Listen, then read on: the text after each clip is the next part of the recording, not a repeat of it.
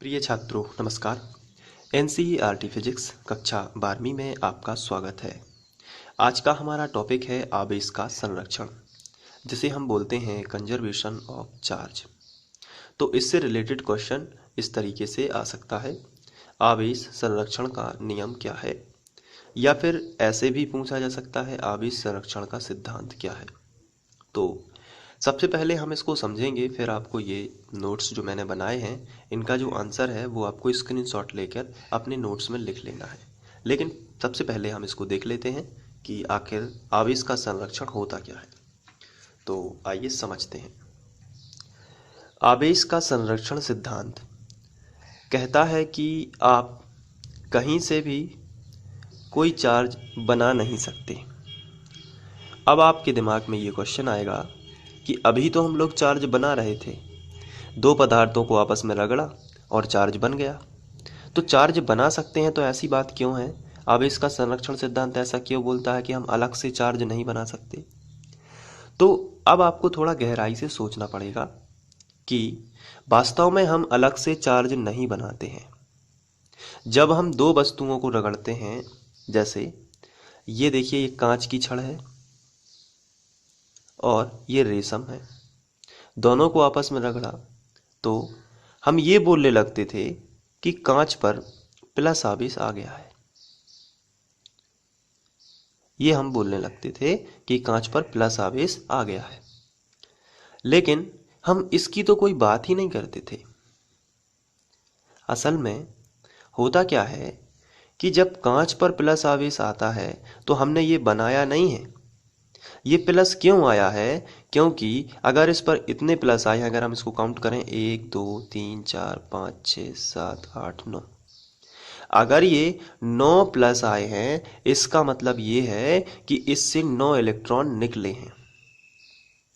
तो वो 9 इलेक्ट्रॉन निकले हैं तभी इस पर 9 प्लस आए हैं। कहने का मतलब ये है कि इस पर चार्ज इलेक्ट्रॉन निकलने से, इलेक्ट्रॉनों की कमी से आता है। जैसे फिर से समझिए, किसी पदार्थ से अगर एक इलेक्ट्रॉन निकलता है तो उस पर एक पॉजिटिव चार्ज आ जाता है। अगर किसी पदार्थ से दो इलेक्ट्रॉन निकल जाते हैं, ये दो इलेक्ट्रॉन निकल जाते हैं तो उस पर दो चार्ज आ जाते हैं। तो यहाँ पर अगर 9 चार्ज आए हैं समझने के लिए, तो 9 इलेक्ट्रॉन क्या हुए हैं, निकल गए। तो ये कहीं ना कहीं तो जाएंगे, तो वो जिस पदार्थ से रगड़ा जाता है उसमें पहुंच जाते हैं। तो ये जितने प्लस यहाँ पे आए हैं ये आपने कहीं से नहीं बनाए हैं, ये उतना ही ऋण आवेश इस पर भी आ जाता है। ये 9 इलेक्ट्रॉन यहाँ पर भी पहुंच जाते हैं। तो अगर इस पर 9 पॉजिटिव है तो इस पर 9 नेगेटिव हो जाता है। कहने का मतलब ये है कि आपने कहीं से भी आवेश को उत्पन्न नहीं किया। अगर इन दोनों को वापस से मिला दो तो ये दोनों टच होके जीरो हो जाएंगे, यानी कि चार्ज क्या हो जाएगा, चार्ज हो जाएगा जीरो। तो अब यहाँ पे समझने वाली बात यह है कि अलग से क्या आवेश उत्पन्न हुआ है, नहीं। अलग से तब माना जाता जब इन दोनों को मिलाने की बाद भी चार्ज जीरो ना होके प्लस और डबल प्लस या कुछ भी आपको प्राप्त होता, तो आप कहते कि हाँ चार्ज मतलब अलग से कुछ बना है। आपको ध्यान देना है, पूरी पृथ्वी का चार्ज नियत है, उतना ही रहेगा। पृथ्वी का चार्ज जितना भी है उतना ही रहेगा। अब आप ना, तो कभी ऐसा नहीं हो सकता कि आपने एक चीज पर प्लस बना दिया लेकिन माइनस नहीं बना। अगर आप प्लस बनाओगे तो अपोजिट जिस पदार्थ से भी बनाओगे उस पर उतना ही माइनस बनेगा, क्योंकि दोनों का तो जीरो होना है, दोनों का तो नियत ही है। इसलिए आपको एक बात याद रखनी है, आवेश हमेशा कैसा रहता है, संरक्षित रहता है।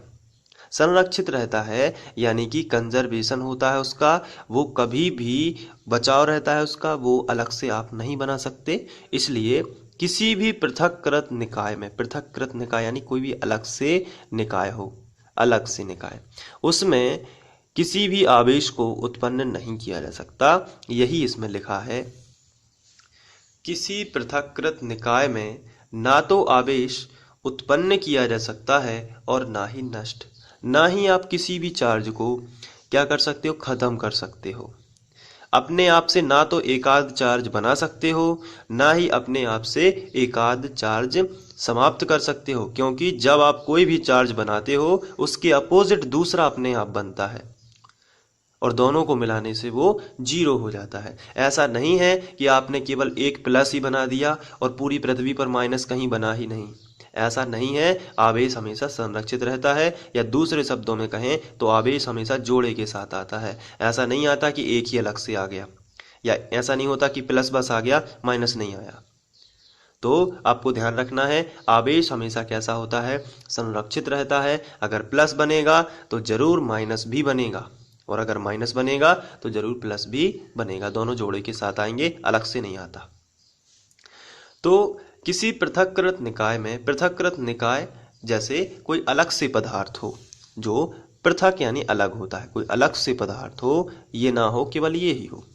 निकाय में ना तो आवेश उत्पन्न किया जा सकता है और ना ही नष्ट किया जा सकता है, और यही आवेश का संरक्षण नियम है। बस इतना आपको याद रखना है कि किसी पृथक्करण आवेश में अलग से ना हम उत्पन्न कर सकते हैं कोई भी आवेश, और ना उसको नष्ट कर सकते हैं। तो यही है हमारा आवेश संरक्षण का सिद्धांत। उदाहरण में यही उदाहरण लिया गया है। कांच की छड़ को रेशम से रगड़ने पर जितना धन आवेश कांच की छड़ पर आता है, उतना ही ऋण आवेश रेशम की छड़ पर उत्पन्न होता है। ऐसा नहीं है कि कांच की छड़ पर ही धन आवेश आ गया, रेशम की छड़ पर नहीं आया।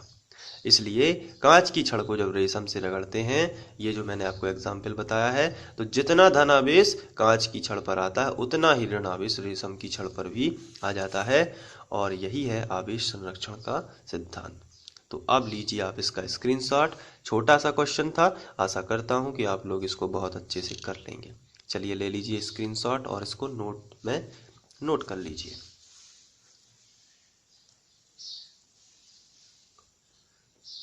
Thank you. अब आगे बढ़ते हैं नेक्स्ट वीडियो में।